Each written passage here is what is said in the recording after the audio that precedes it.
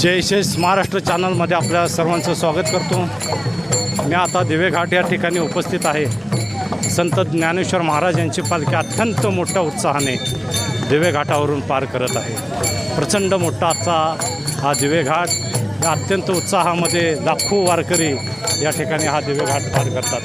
कुठल्याच लाखो आता आपण पाहू शकता प्रचंड मोठ्या प्रमाणात या ठिकाणी गर्दी झालेली आहे आणि सर्वांच्या मुखात एकच शब्द आहे विठ्ठल, आणि विठ्ठलांचं नाम घोष करत हे पंढरपूरच्या दिशेने निघालेले आहेत आणि अत्यंत उत्साहामध्ये हे लाखो वारकरी विठ्ठलांची भक्ती करत हे पंढरपूरच्या दिशेने रवाना झालेले आहेत। आता आपण पाहू शकता अत्यंत खडतर असा हा दिवेघाट हे वारकरी मोठ्या उत्साहाने पार करत आहेत, ते दाखवा।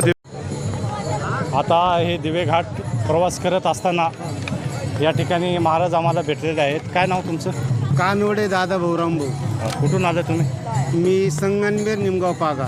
अच्छा, मग ज्ञानेश्वर महाराजांची पालखी तुम्ही वारी करताय? हो। कसं वाटतं? हो, माऊलीची। हां, माऊलींची वारी कसं वाटतं तुम्हाला? ते एकदम चांगली वाटते आणि आनंदी वातावरण आहे। निसर्गाची चांगली साथ मिळालेली आहे आणि एकंदरीत वातावरणामध्ये चांगलं वातावरण असल्यामुळं या ठिकाणी वारकरी अतिशय आनंदाने डोलत पंढरीच्या वाटेवर चाललेले आहे। किती वर्षापासून करतात? माझं हे पहिलेच वर्ष आहे। अच्छा अच्छा, काय नाव तुमचं? अर्जुन दादा कवडे। कुठून आलाय? नांदेड तुम्हाला। नांदेडवरून? नांदुरी तुम्हाला। अच्छा अच्छा, किती वर्षापासून वारी करतात तुम्ही? हे पहिलंच वर्ष माझे। तुमचंही पहिलंच वर्ष आहे, कसं वाटतंय बरं? एकदम आनंदी आनंद। अच्छा अच्छा, मग वारीमध्ये आता तुम्ही दिंडीमध्ये आहे का? हां, दिंडीमध्ये। किती नंबर दिंडी? 2009 ते 6। नाव काय सांगा तुमचं? अर्जुन दादा कवडे। तुमचं काय नाव? सारिका भोसले। कुठून आलं तुम्ही? कात्रज धनकवडीमध्ये राहते। कसं वाटतं तुम्हाला? खूप छान।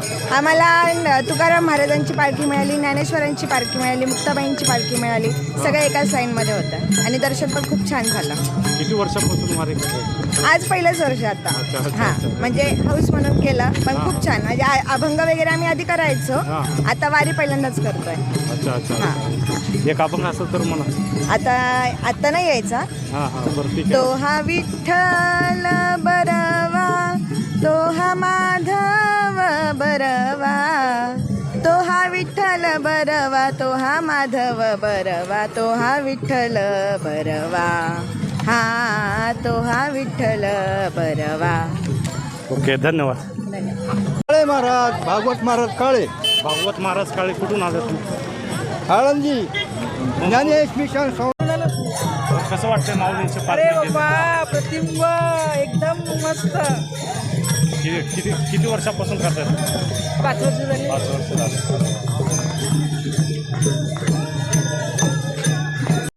ट्रॅक्टरला जाऊ द्या की जरा।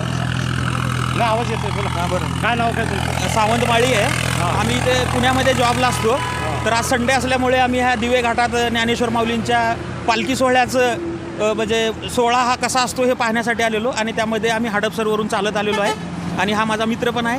आणि ह्या ज्ञानेश्वर माऊलींनी चालू केलेल्या ह्या पालखी वारी सोहळा जो पंढरपुराकडे पांडुरंगाच्या दर्शनाला जातो, त्यासाठी ही जी गर्दी बघताय तुम्ही, त्या गर्दीचा बघून आपल्याला असं वाटतं की आमच्या एनर्जीमध्ये खूप कमी पडतं आहे, कारण 90 वर्ष 95 वर्षाचे जे वृद्ध महिला पुरुष असतात ते लोक इतक्या एनर्जीनी, इतक्या ताकदीने ही वारी पूर्ण करतात की आपल्याला ती लाजवेल अशी वारी करतात आणि त्या आनंदात विठ्ठल नामाच्या घोषात ही वारी पंढरपूरला जाते। आणि हे जे वारीचा जो सोहळा आहे ज्ञानेश्वर माऊलींनी जो चालू केला आहे 13व्या शतकामध्ये, तो आपल्याला आपल्या ह्या जनरेशननी पुढे कंटिन्यू करण्यासाठी हा एक मेसेज आहे आणि ह्या चिमुकल्या अशा विठ्ठल माऊलींच्या रूपात आपल्या मुलाबाळांना ही वारी अशीच अविरत ठेवावी, हाच मेसेज मी ह्या चॅनलमार्फत देतो आहे आणि थँक्यू सो मच ह्या चॅनलनी मला संधी दिली त्याबद्दल। धन्यवाद।